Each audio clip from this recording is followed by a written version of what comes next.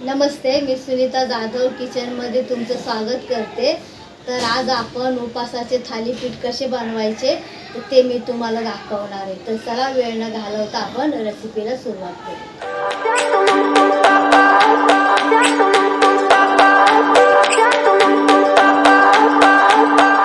तर आज आपण उपासाचे थालीपीठ बनवणार आहोत। तर त्यासाठी मी तुम्हाला साहित्य दाखवते।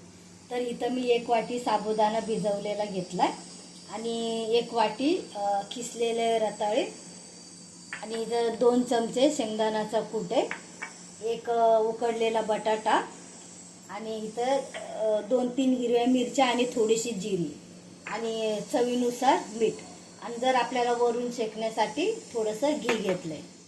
तर चला आपण आता पहिल्यांदा साबुदाणा हा मिक्सरमध्ये थोडंसं पाणी घालून बारीक करून घेऊ आणि त्याच्याबरोबर ह्या 2-3 हिरव्या मिरच्या आणि जिरे सुद्धा टाकू, म्हणजे ह्याच्यामध्ये वाटल्या जाईल। तर आपण आता हे सगळं मिक्सरच्या भांड्यामध्ये टाकले आणि थोडंसं पाणी घालून आपण ह्याला बारीक पेस्ट करून घेऊ। तर इथं आपली आता साबुदाणा मिरचीची पेस्ट तयार आहे। तर मी या वाटीमध्ये काढून घेते।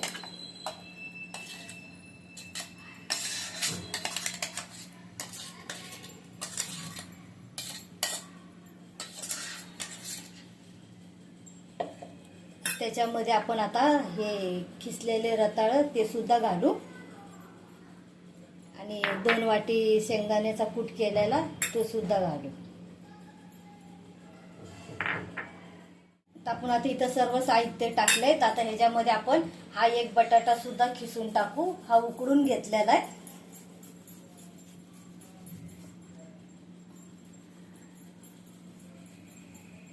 आपला आता बटाटा सुद्धा खिसून झालाय। तर आपण आता ह्याच्यामध्ये चवीनुसार मीठ घालू।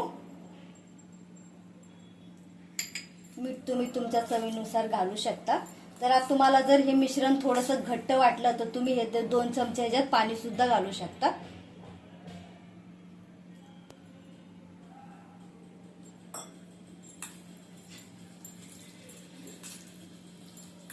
चांगलं एकजीव मिश्रण करून घ्यायचं आपल्याला। अगदी झटपट होणारे उपासाचे थालीपीठ आहेत हे, नक्की ट्राय करा आणि व्हिडिओ आवडला असेल तर व्हिडिओला लाईक करायला शेअर करायला विसरू नका। खूप चविष्ट आणि छान लागतात। तर इथं आपलं आता मिश्रण तयार आहे, तुम्ही बघू शकता। आपल्याला अशा प्रकारे हे मिश्रण तयार करायचंय। तर आपण आता थालीपीठ बनवायला सुरुवात करू। तर आपण आता इथं गॅस पेटून तवा ठेवलाय। तर तवा आपला गरम होऊस्तर आता मिश्रण पण आपलं तयार आहे। तर 10-15 मिनिटं आपण ह्याला जरा भिजून देऊ, तोपर्यंत आपण थालीपीठाची चटणी बनवून घेऊ। तर त्यासाठी तर आपण आता चटणी बनवणार आहोत। त्यासाठी मी ह्या 2 हिरव्या मिरच्या, थोडासा शेंगदाण्याचा कूट घेते। तुम्ही अख्खे शेंगदाणे सुद्धा चटणीसाठी वाटू शकता। हे माझा कूट होता म्हणून मी तो घेतलाय। तर आपण यात थोडंसं पाणी घालून बारीक करू। तर इथं आपली चटणी वाटून झाली। तर आपण आता ह्याला तडका देऊ। तर यासाठी मी या छोट्याशा ज्यामध्ये आपण आता थोडंसं 1 चमचा तूप टाकू।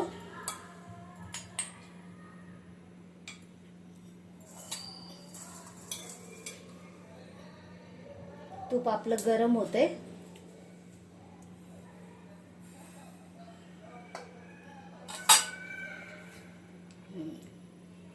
तूप आपलं गरम झाले तर ह्याच्यामध्ये आता थोडीशी मी जिरी टाकते।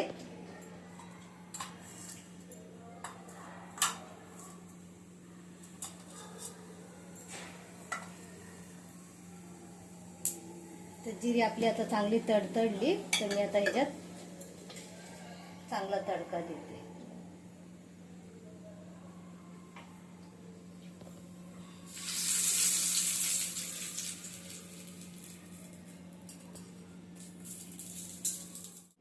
इथं आपला आता चांगला तडका बसलेला आहे। तर मी आता ह्याच्यात थोडंसं चवीनुसार मीठ घालते आणि आपली आता चटणी तयार आहे। तर आपलं आता इथं पीठ सुद्धा भिजलेलं आहे। तर आपण आता थालीपीठ बनवायला सुरुवात करू। हे बघू शकता तुम्ही, आपलं हे पीठ सुद्धा भिजलंय चांगलं. तर तवा आपला इकडं गरम झालाय, तर मी ह्याच्यात 1 चमचाभर तूप टाकणार आहे.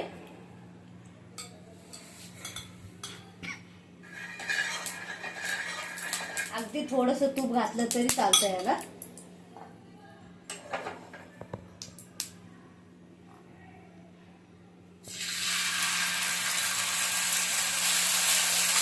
छोटे छोटे असे अगदी लहान पातळ असे टाकायचे, झटपट होतात.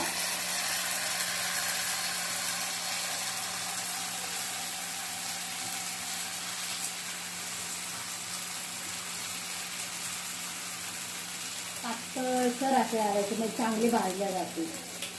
गॅस बारीकच ठेवायचा. आपण आता मस्त पातळसर याला थालीपीठ घातले, तर ह्याच्यावर आपण आता 2 मिनिटं झाकण ठेवू, म्हणजे ते वरून सुद्धा शिजले जाते. आता मस्त एक बाजू भाजलेली, तर आपण याला आता पलटी करू आणि याच्या कडेने सुद्धा थोडंसं तूप घालू.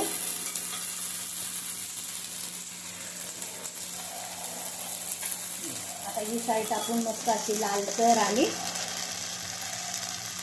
भाजून घेऊ. आपला ते ही खालची बाजू सुद्धा मस्त भाजलेली, तुम्हाला दाखवते मी. बघा किती सुंदर कलर आलाय आणि छान पैकी भाजलेत. आपण आता हे काढून घेऊ. आणखीन एक मी तुम्हाला दाखवते.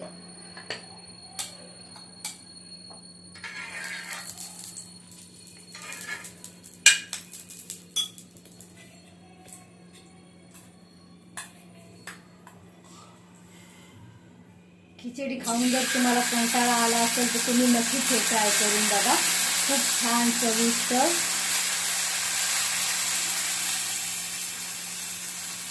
असे पातळ भाजायचं, म्हणजे खूप लवकर भाजलं जातं.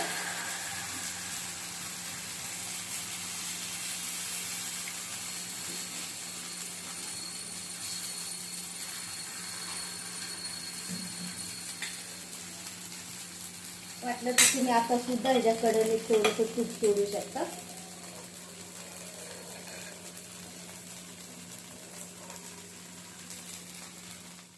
ते आपली आता मस्त खालची बाजू भाजलेली, आपण आता याला पलटी करू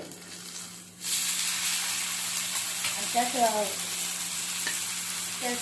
आपण अजून थोडंसं याला घी सोडू. आता ही बाजू सुद्धा आता मस्त आपण चांगली भाजून घेऊ. तर ही सुद्धा आपली बाजू भाजली, तर आपण आता काढून घेऊ आणि अशा प्रकारेच आपण आता सर्व थालीपीठ बनवून घेऊ. तर इथं आपले आता उपासाचे थालीपीठ तयार आहे. चटणी सुद्धा अगदी झणझणीत आणि सुंदर अशी झाली आहे. तर नक्की उपासाला तुम्ही ट्राय करा, खूप छान लागते. आणि व्हिडिओ आवडला असेल तर व्हिडिओला लाईक करा, शेअर करा, सबस्क्राईब करायला विसरू नका. थँक्यू.